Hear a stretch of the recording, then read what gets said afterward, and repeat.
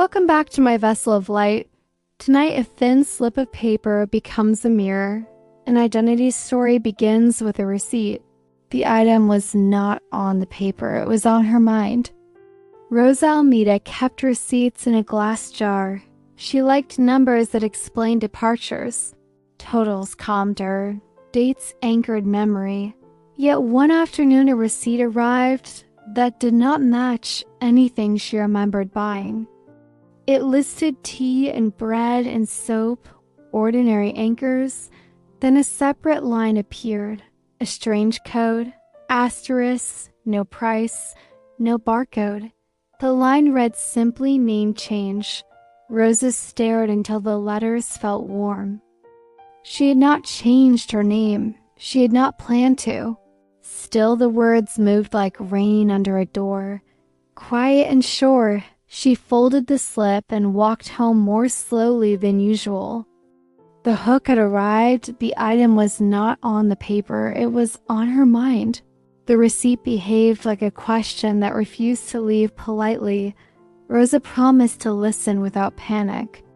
At home, she placed the slip by the lamp and made tea. Identity's story began to echo in the room. Labels, roles, signatures, all the stickers that lives collect while surviving seasons. Rosa worked at a small museum that exhibited everyday objects. Tickets, spoons, buttons. Visitors whispered because ordinary things looked sacred under glass. She often thought curation is a way to love time properly. The next morning she brought the receipt to work. The registrar laughed kindly and suggested it was a printing error. Rosa nodded, but the paper continued humming, as if the printer had printed a mirror. During lunch, she studied her badge. Rosa Almeida, collections assistant. The letters felt familiar and slightly distant, like a childhood street scene from a bus, correct and also incomplete, accurate and also smaller than breath. She made a rule card on an index square, water before worry, breath before conclusions. Kindness before labels, she taped it near her keyboard. Small rules keep stories honest when papers try to declare the ending early. Identity story continued inside practical hours. Rosa cataloged a donation of family recipes, handwritten and stained. She touched the cards gently. Names appeared in the margins, aunties and neighbors, people who fed without demanding applause. The receipt waited near the monitor, patient and electric. Rosa wrote a line in her notebook. Perhaps identity changes the way a recipe evolves. Same dish, new hands, same name, new season, same woman, new calendar. After work, she visited the market listed on the slip. The clerk checked records and shrugged. No returns pending, no gift cards, no notes. Only the printer and a small clock with a quiet, stubborn tick. Rosa asked to see the printer. The clerk smiled and obliged. The machine sighed like machines do. Rosa imagined tiny gears spelling out questions. She thanked the clerk and left with pears and a mystery intact. On the walk home, she passed a storefront of repaired shoes. The cobbler waved. He had once mended her mother boots. Rosa thought about repair as identity, not replacement. Repair as a promise to remain true. She reached her building and met her neighbor Eli, a teacher who carried books like friends. He asked about her day. She described the receipt gently. Eli said sometimes paper announces what the heart already drafted. That night, she emptied the jar of old receipts, bus fares, museum lunches, a train to visit her sister. Every slip remembered a version of Rosa. Together they formed a chorus that did not argue. She sorted them into small piles, food, travel gifts, and a fourth pile named Becoming. The strange receipt sat on top. Becoming does not always spend money. It spends courage, breath, and honest inventory. Rosa created a practice called shelf check. Each evening, she asked 3 questions. What did I keep that no longer fits? What did I return that needed release? What did I exchange that now supports me? She wrote answers in short sentences, returned the habit of apologizing for existing, exchanged blame for boundaries, kept the morning walk because it protects my lungs. The list looked like a cash register that printed grace. The next day at the museum, a new exhibit arrived. Documents from a neighborhood clinic, forms and intake questions, lines waiting for names. Rosa noticed how many papers asked people to choose boxes that felt smaller than bodies. She adjusted a label on the wall, then adjusted her breath. Identity story means refusing to let paperwork write the whole biography. She placed the receipt in her notebook and promised not to treat it like an order. At lunch, Eli texted a photo from his classroom, a bulletin board titled Names We Choose. Students listed nicknames and pronouns and words that felt like home. Eli wrote identity is a language class we take forever. Rosa smiled and took a picture of the receipt beside the museum badge. 2 documents, both partially true, neither complete. She captioned the image for herself only, "Paperwork is a map, not the land. Proceed kindly." In the evening, she visited her sister Olivia. They cooked basil rice and laughed about childhood mischief. Rosa placed the receipt on the table. Olivia read it and said, "Maybe the printer overheard a decision you have not admitted."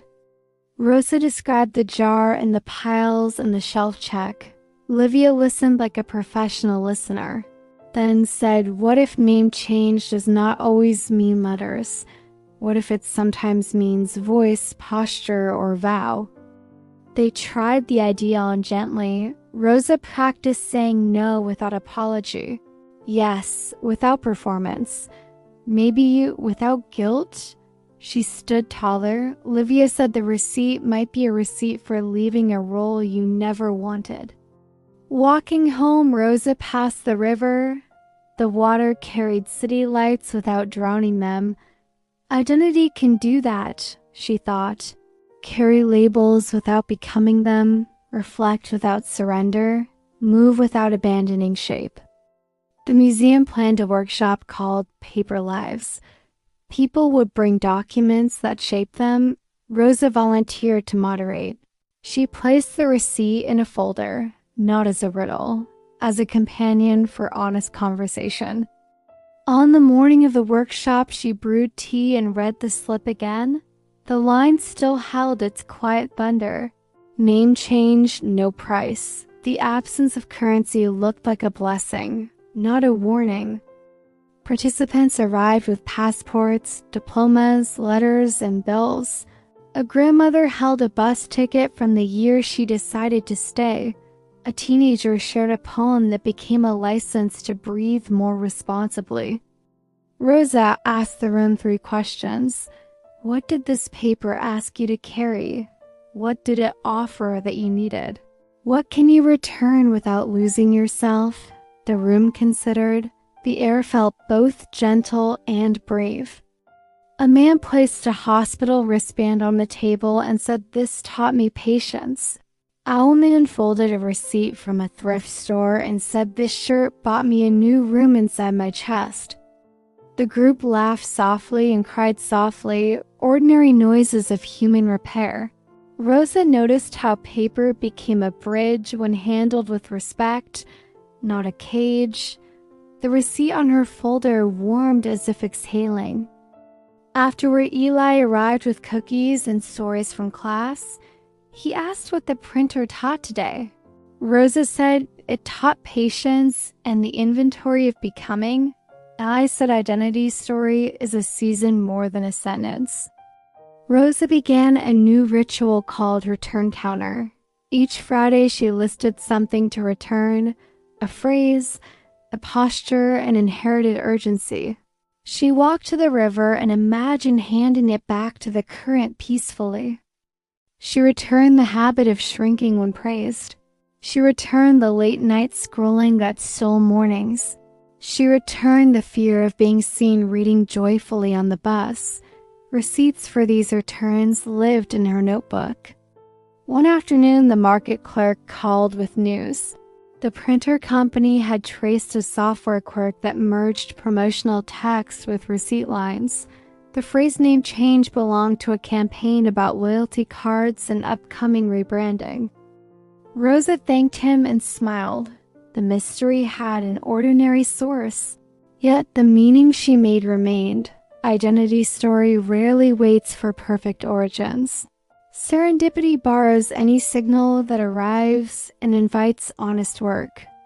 She walked home feeling lighter. The printer correction did not cancel the river of thought. She held both truths. Software glitch, internal timing. She decided to honor the invitation without worshiping the mistake. That evening, she wrote a small vow. I will sign my days with movement that fits my ribs. I will let papers assist, but never command. I will spend courage where belonging grows faster than doubt. She taped the vow near the jar and added a new jar labeled future receipts. This jar would hold sentences more than totals. Words like rest kept, boundary respected, joy purchased with time and attention. A week later, she visited the cobbler with her mother boots. He repaired the seam with care. Rosa felt the boots teach a lesson. Repair keeps identity attached to history, not glued to yesterday stubbornly. On the bus, a child asked about her museum badge. Rosa said, I care for objects that remember us. The child nodded and said, I collect sentences. My teacher says, Rosa wished to hire the child immediately. At work, she curated a small case titled What We Keep, a flashlight, a letter, a ticket stub, and an empty frame. The label read space for your next name. The case invited visitors to imagine. Visitors wrote notes: protector, student again, auntie, quiet leader, neighbor who knocks first. The empty frame did not feel empty anymore. The receipt in Rosa's pocket vibrated like a friendly insect choosing a sunny leaf. She updated her rule card: water before worry, breath before conclusions, kindness before labels. Alignment before announcements. Her voice steadied. Her posture learned a new yes. The museum lights seemed to approve with gentle patience. Eli organized a field trip. Students brought scraps of paper that felt important. One held a library notice, another held a ferry ticket, a third carried a sticky note with a phone number that became safety. Rosa guided them through the exhibit and asked the shelf-check questions. The students answered with surprising ease. They understood returns and exchanges. They understood that Identity Story prefers verbs over slogans. That night, Rosa finally called her father to share the workshop news. They had drifted during a season of stubborn silence. The call began cautiously, then widened. They laughed about receipts kept in jackets forever. He told her about a time he changed his work title without changing jobs. He said sometimes bosses catch up later. Sometimes papers lag behind souls. Rosa wrote the sentence because it felt durable and kind. She added a practice called signature rehearsal. Not handwriting, intention. Before sending the email, she asked, does this sound like the person I am building? If yes, send. If no, edit until breath returns. Saturday arrived with rain. The market smelled like soap and fruit. The clerk waved and slid a new receipt toward her. It listed pears and tea, then a line near the bottom read customer note available at counter. Rosa asked and received a small card. From a stranger who attended the workshop. Thank you for reminding me to return urgency and keep wonder. Rosa placed the card in the future receipts jar gratefully. She bought flowers for Olivia and wrote a simple message. Thank you for letting me practice my new voice at your table. Identity grows best near people who water its roots without demanding a show. On the sidewalk, she met a woman staring at her own receipt. They exchanged smiles of recognition. Rosa shared the rule card quietly. The woman breathed easier. Sometimes identity pivots on borrowed index cards and kind strangers. At home, the lamplight made the original slip look older. The letters had softened. Rosa did not need the shock anymore. She needed the practice. Name change now meant daily alignment, not paperwork under stress. She organized the jar and placed the strange receipt at the front like a museum label for a turning point. Not because it was rare, because it was useful, which is a better reason for display. Rosa wrote a final note for the month. The item was not on the paper. It was on my mind, and then in my posture, and then in my calendar, a sequence I can trust. She exhaled and prepared the outro for tonight. Gratitude tasted like tea. She looked at the lens and pictured the room of listeners, people who keep jars of small courage and receipts for soft decisions. Thank you for being here with my vessel of light. If this story kept you company, like the video so the candle travels farther. Subscribe to my vessel of light and share one line you would add to your future receipts today.